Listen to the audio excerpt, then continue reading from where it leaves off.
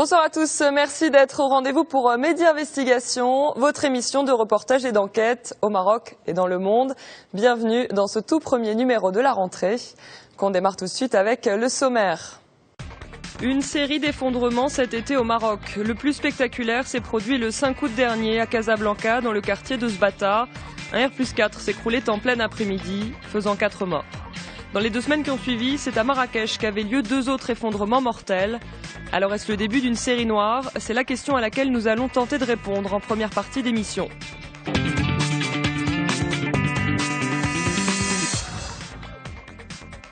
Et puis retour sur l'adoption cet été à la Chambre des représentants du projet de loi contre les violences à l'égard des femmes.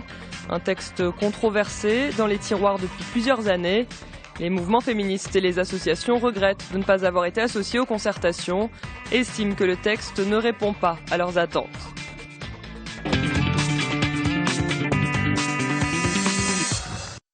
Pour commencer, retour sur l'actualité au Maroc. Une actualité marquée cet été par une triste série d'effondrements. Nous le disions dans le sommaire, dans le quartier de Sbata, à Casablanca, à Marrakech, mais aussi à Tanger, où le toit de la piscine olympique en cours de construction s'est écroulé. Et tout cela en moins d'un mois. Cette série d'événements nous a bien sûr interpellés. Sont-ils des accidents isolés ? Ou faut-il s'attendre à d'autres effondrements? C'est la question à laquelle nous avons tenté de répondre en retournant tout d'abord à Sbata, une dizaine de jours après le drame. Nous nous sommes rendus à Marrakech également et nous avons rencontré des architectes et des habitants qui ont vu leur quartier s'écrouler cet été. Enfin, nous avons rendu visite à la protection civile pour savoir comment elle se préparait à gérer au mieux les cas d'effondrement. Tout de suite, notre reportage intitulé « Effondrement, la série noire ». Les images sont de Hayat Ziani.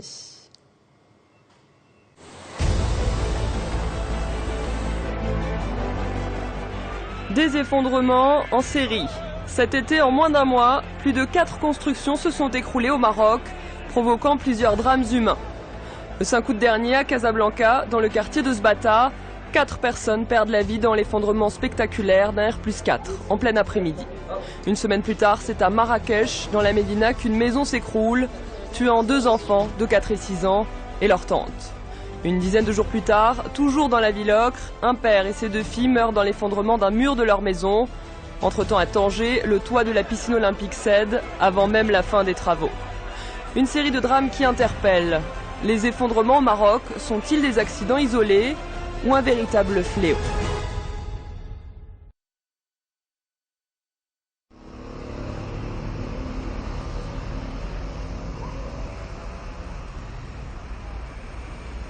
À Casablanca, une dizaine de jours après le drame du quartier de Sbata, la vie n'a pas tout à fait repris son cours normal sur le boulevard du commandant Driss El Arti. Le périmètre de sécurité est maintenu, les journalistes sont encore là, et le sol est jonché de débris. Voici ce qui reste de l'immeuble de 4 étages qui s'est effondré le 5 août dernier, causant la mort de 4 personnes. Un lourd bilan qui aurait pu être encore plus élevé. Car au rez-de-chaussée de l'immeuble se trouvait un café, habituellement très fréquenté, par les chauffeurs de taxi notamment. Par chance, l'endroit s'est vidé juste avant l'effondrement, pour la prière d'Al-Asr. Mais la fortune n'a pas été au rendez-vous pour tout le monde. Un chauffeur de taxi de 60 ans venait tout juste d'entrer dans le café quand l'effondrement s'est produit. Il est resté coincé dans les toilettes de longues heures, communiquant par téléphone avec ses proches, avant finalement de décéder. Parmi les victimes également, une adolescente de 13 ans et une femme notaire a dû être amputée d'une jambe. Mohamed Louzi, lui, fait partie des quelques 20 personnes blessées dans l'effondrement. Ce vendredi 5 août, il s'était rendu dans le café Samar pour chercher des remplacements à faire en tant que chauffeur de taxi. D'autres y regardaient un match de football du Wydad Casablanca quand le plafond s'est écroulé, aux alentours de 16h30. واحد شويه من الدار خرجنا برا طاح واحد شويه ملي رجعنا عودت علينا الدار كامله كنسمعوا بنادم كيشاهدوا في الاخر شي وحدين ماتوا واش 3 ولا اكثر من 3 قال لي ماتوا ولكن الدري صاحبي ملي تعتقت شويه ملي فقت لقيت الكراسه هازين البودره ديال الدار كبيره هزينا الكراسه على ركابيه ما كتغنصاو الله السلامة كنتقطع من هنا.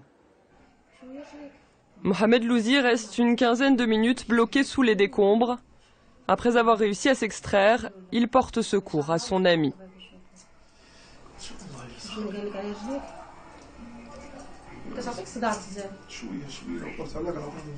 عاد مشات واحد الدري صاحبي تا هو طيح عليها الردم هنا مدفون كيبان فيها الراس خويت عليه شويه ديال الردم صافي ودخلوا نسابوا شي دراري اخرين عتقوه تا هو داو للسبيطار وشي الاخر مسكين راه كيشهد لا اله الا الله محمد رسول الله تا من امانه دا امانته تا كيموت مسكين.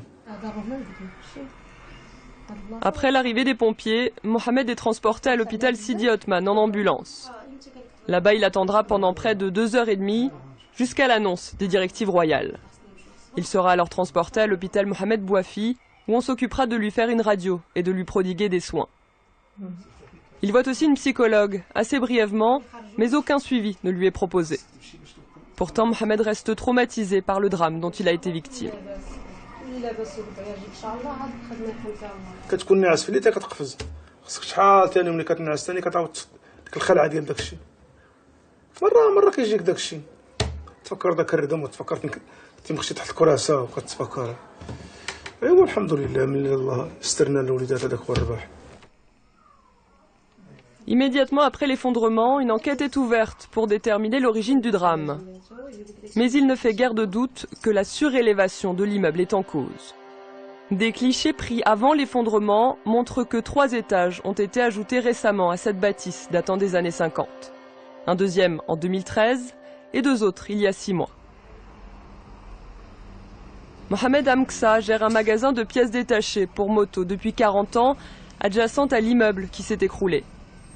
Aujourd'hui, il est en colère car il est obligé de fermer boutique en raison du risque d'effondrement et ne dispose donc plus d'aucun revenu. Ces derniers mois, il avait remarqué des malfaçons et avait même averti le propriétaire. ديما تنقول لها الحاج راه غتخرج علينا هادشي راه كاين 4 ايام باش قلتها لي فاش جا من العمره قلت لها الحاج راه كاع الناس هربوا للقهاوي راه الكليان ديال سمار كلهم مشاو هادشي راه غادي يهددنا قال لك لا داكشي راه صحيح راه هادي راه قلتها لمول الدار واحد شهرين هادي قلت لي انت اللي عندك الحق اللي عندك التيتر ديالك راه هذا غايدير لنا شي مشكل في هادشي قال لك ما عندي ما ندير قال لي انت اللي عندك الحق باش تدعي راه هادشي راه ماشي راه ديما الصداع الواد الحار ديالها عام تخرج عندي انا تخرج عندي الواد الحار ديالها انا اللي علمت به انا اللي قلت ليه جيهان الواد الحار ديالك فاش دار كاع تحت القهوه تحت الدار كله عامر الواد الحار. Pourtant, dans les jours qui suivent le drame, on apprend que le propriétaire disposait d'une autorisation officielle pour effectuer ses travaux, autorisation que nous nous sommes procurée. Elle a été délivrée par la commune urbaine le 4 août 2014. Une attestation d'expertise a même été faite par un ingénieur spécialisé qui a assuré que la structure pouvait supporter 4 étages.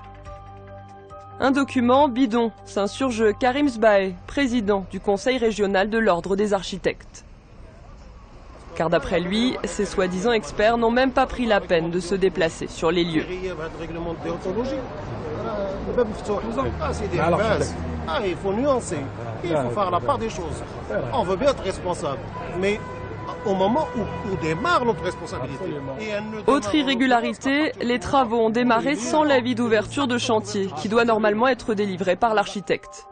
Autrement dit, l'architecte n'a pas été avisé du démarrage des travaux, contrairement à ce que stipule le contrat.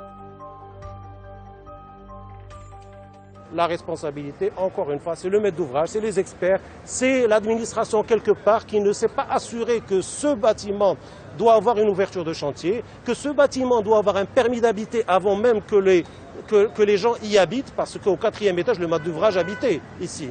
Et donc, c'est quelque chose que malheureusement, l'administration n'a pas pris la peine de vérifier. Et donc, il est temps que tout le monde se réveille, il est temps que tout le monde ait cette conscience professionnelle. Parce que là, il s'agit de vie humaine. Dans les jours suivant la catastrophe, 6 personnes sont arrêtées, dont le propriétaire, qui reconnaît avoir versé 17 000 dirhams aux fonctionnaires responsables des plans au sein de l'arrondissement de Sbata. Également écroués, l'ingénieur du cabinet d'études, l'architecte et des responsables de la commune. L'enquête avance. Fin août, la police judiciaire révèle que plusieurs documents importants ont disparu du siège de l'arrondissement le soir même de l'effondrement, dont les plans attestant la fin des travaux et leur concordance avec les plans initiaux. L'arrondissement de Sbata n'a pas donné suite à nos nombreuses sollicitations, ni d'ailleurs le conseil de la ville. Même le ministère de l'Urbanisme, en cette période préélectorale, a préféré ne pas répondre à nos questions. Pour l'architecte Karim Sbae, il est nécessaire que l'État agisse vite et réorganise tout le processus de construction, de l'autorisation jusqu'à la fin des travaux.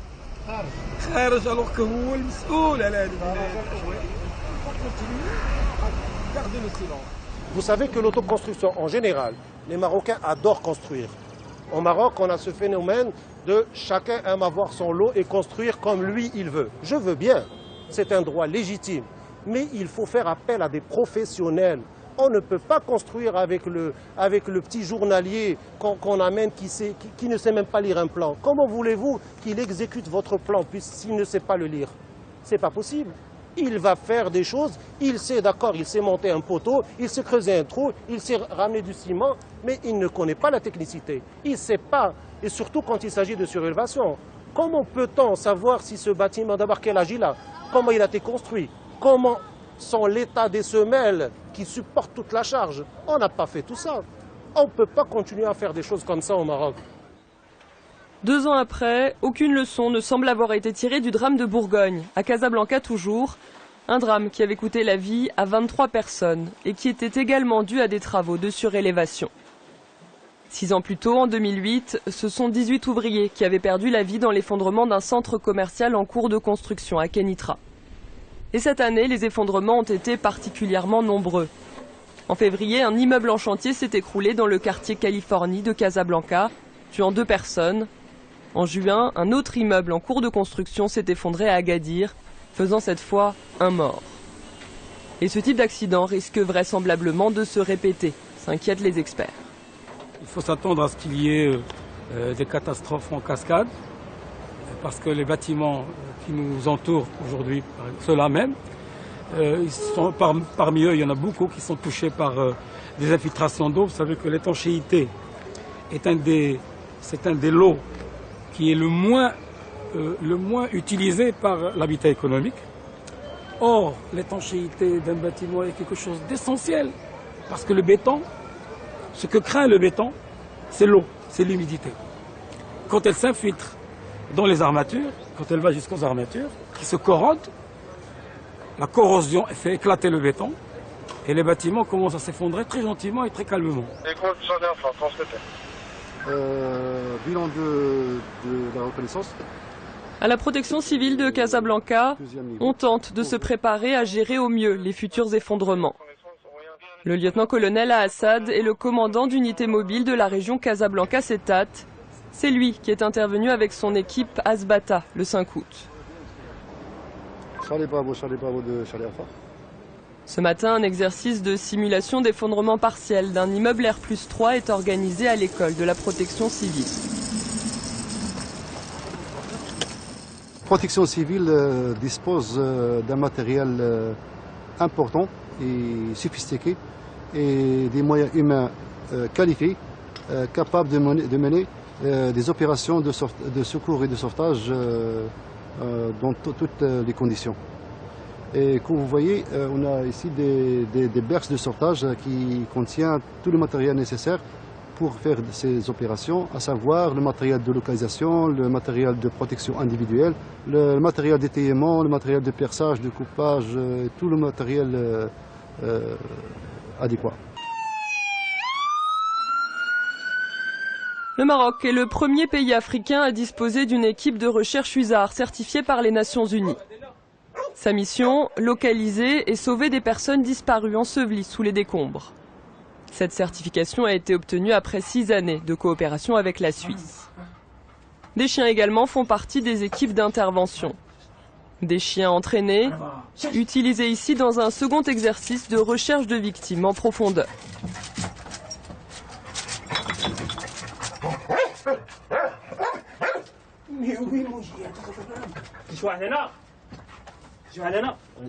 Mais oui, super chien. C'est la phase la plus importante qui nécessite normalement un silence total. Le minimum de personnel dans le site, c'est qu'utiliser que les chiens avec leur maître. Donc on ne peut pas autoriser la pénétration ou bien l'entrée d'autres personnes étranges. Et on demande à tout le monde de quitter le secteur d'intervention. Le silence total. À Zbata, c'était loin d'être le cas. Le travail des pompiers a été rendu difficile par la cohorte de gens qui, souhaitant venir en aide aux victimes, n'ont respecté ni le périmètre de sécurité, encourant ainsi le risque d'un second effondrement, ni les précautions de base pour retirer quelqu'un des décombres.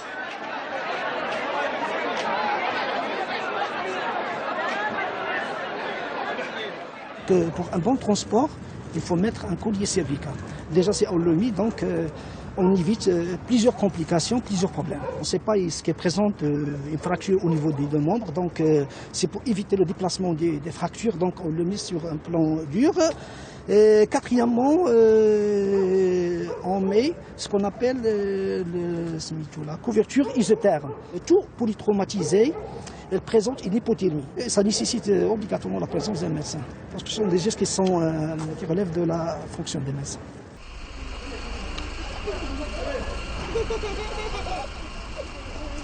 Sur la seule ville de Casablanca, entre 4 et 7 000 habitations sont menacées d'effondrement, selon un rapport du ministère de l'Habitat. Parmi elles, cette maison à Derblajjar, construite il y a 13 ans. Ici résident près de 70 personnes. Plusieurs familles qui ont parfois acquis un appartement avec toutes leurs économies. Les autorités leur demandent aujourd'hui de quitter l'immeuble car il menace de s'écrouler. En cause, le 3e étage qui aurait été construit illégalement. Il apparaît pourtant sur le titre délivré par l'Agence de la conservation foncière en 2014. عارفة دار سليمة فيها البناية مقادة مصايبة فيها كل شيء. ملي سكنت حتى كنشوف الترياب حتى ولينا كنتفاجئوا كل نهار شي يقول لنا خرجوا شي يقول لنا جيو نعطيكم شي يقول لنا طيحوا حتى الأرض. انا بعدا بيع نعير ورتي باش في شاريه. انا راجلي ما خدامش قال لنا جيو نعطيكم قلنا بسم الله اللي داروها معنا احنا بسم الله وهني باش طيحوا نبداو نبنيو راه ما عندناش كره كان عندنا باش نبنيو ما نشروش ربوعه وراه حنا شارين بارطمات ومول الدار شاريته هو من عند مول الدار ماشي ديالو هو حنا اللي بنا لينا راه مشى بحالياته هو اللي دار المشاكل. La tension monte chez les propriétaires de la maison, qui refusent bien évidemment de payer pour les fraudes des autres. Et puis la plupart n'ont tout simplement pas d'alternative. Mohamed a acheté en 2013. Dès les premiers mois, il adresse à l'administration une demande d'autorisation pour faire des travaux et venir à bout des infiltrations d'eau au rez-de-chaussée. Autorisation acceptée en octobre 2014. Puis 3 mois plus tard, retournement de situation. Il reçoit cette lettre lui ordonnant l'arrêt des travaux. أنا أصلح محل ولكن هاد الناس ما باغيين يصلحوا محلاتهم. باش نبقاو بحال ما كل واد الحار والطوبه هنا دايره بينا انتم كلشي كتشوفوا الحاله كيفاش دايره. حرام من جهه الله. واه وحتى الاصلاح حتى هما عامين حنا نطلعوا نهبطوا عطاونا ورق ساعه وثاني كلها حبس اسيدي. ايوا حتى يوقع لنا بحال هادشي اللي وقع ديال شارع الشجر. لا قدر الله ماشي معقول هذا. Dans cet immeuble, comme à Zbata, ce sont des irrégularités en matière d'urbanisme qui sont à l'origine de la fragilité des bâtisses. Signature et expertise de complaisance, laxisme de l'administration, voire corruption, en somme, l'appât du gain qui l'emporte sur la sécurité des citoyens. Un autre mal ronge le secteur du bâtiment au Maroc, ce qu'on appelle l'habitat menace en ruine. Direction Marrakech pour comprendre cette problématique. Le menace en ruine, ce sont bien souvent de vieilles constructions délabrées ou en souffrance. C'est une maison de ce type qui s'est effondrée dans le quartier Bab Tarzout dans la Médina le 12 août dernier, quelques jours seulement après le drame de Zbata. Le plafond s'est écroulé dans la nuit. 2 enfants, âgés de 4 et 6 ans, dormaient au rez-de-chaussée avec leur tante.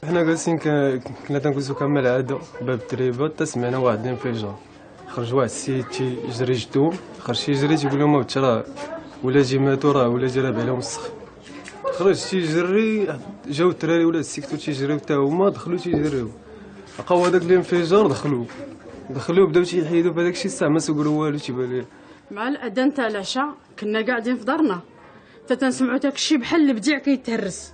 خرجت تنجري ديرها باش خرجت انا تنجري من دارنا تلقى باهم هنا مسكين خارج تيقول لي عتقوني راه ولادي طاح عليهم الحيط. انا بديت نغوط ونعيط على الجيران تنقول لهم عتقوا الدراري راه ماتوا. ما جاو فين يجيو البومبيه بداو الدراري يبسوا شويه عاد ولا خرجوا الوليد الاولاني والوليد الثاني الاخرى هي عمتهم. La maison qui s'est effondrée était déclarée comme menace en ruine depuis 2014. كانت الدار مشقوقه ومنين تا شاكين منين تا الدار بان راه بغات طيح. كون ديك الساعه قدوها كون ما يطراش هادشي. دابا راه حنا غنتجروا الناس الاخرين تاهم غادي يتجروا وما عندناش فين غادي نمشيو. حنا 9 النفوس ما عندنا اللي غادي يشدنا وما عندناش اللي غادي يدخلنا لدارو وزايدين عندنا الحوايج بزاف. فين غنمشيو؟ ما كاينه حتى شي بلاصه غادي نخرجوا نقعدوا في الزنقه. Seulement 11 jours après ce triste événement, la série noire continue et toujours à Marrakech, un homme et ses 2 filles perdent la vie dans l'effondrement d'un mur de leur maison. Pourquoi tant de maisons s'écroulent-elles, notamment dans la Médina? Nous avons posé la question à 2 architectes. Rachid El Houda est enseignant à l'école d'architecture de Marrakech et ancien inspecteur des monuments historiques à Fès. Et Mahjoub El Bayed a été architecte municipal pendant 30 ans dans la ville ocre.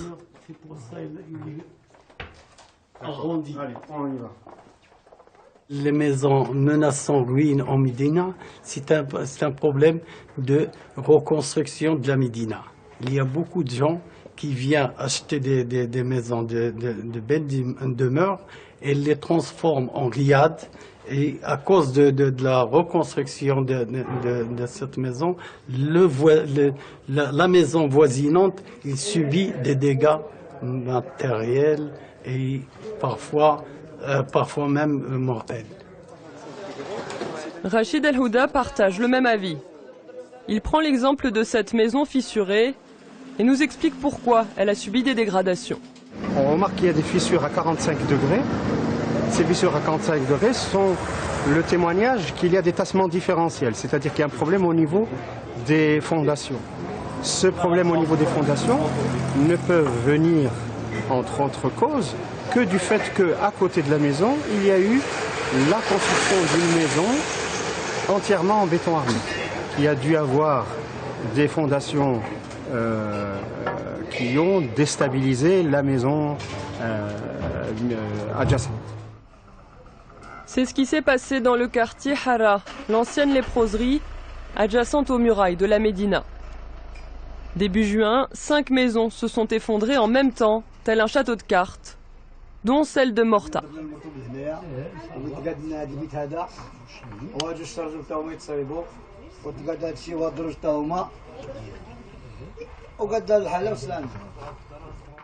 هذا المحل هذا اللي لاب هذاك السيد بنى محلو ياك فهمتي ودابا ملي بنا هو اللي راه حق لنا الدار هذا كيريب الدار ديالو وكطيح على الحيط وكتزعزعنا حنا الحيوط وما خلينا فين ما شكينا وحتى واحد ما بغى يتصنت لينا وفي الاخير عاد دابا رابط الدار ملي رابط دابا مشينا عندهم جاو هما اللي حيدوا التراب المخزن اللي حيد التراب وعاونا ب 4 مليون ودابا اللي عتصدر به والو وفي الاخير احنا بنينا وصلنا عندي ومازال ما كملناش.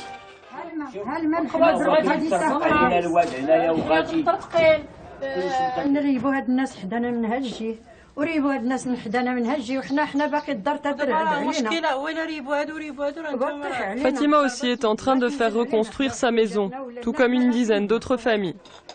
Elle aussi a bénéficié des 40 000 dirhams alloués par la municipalité après avoir frappé à de nombreuses portes.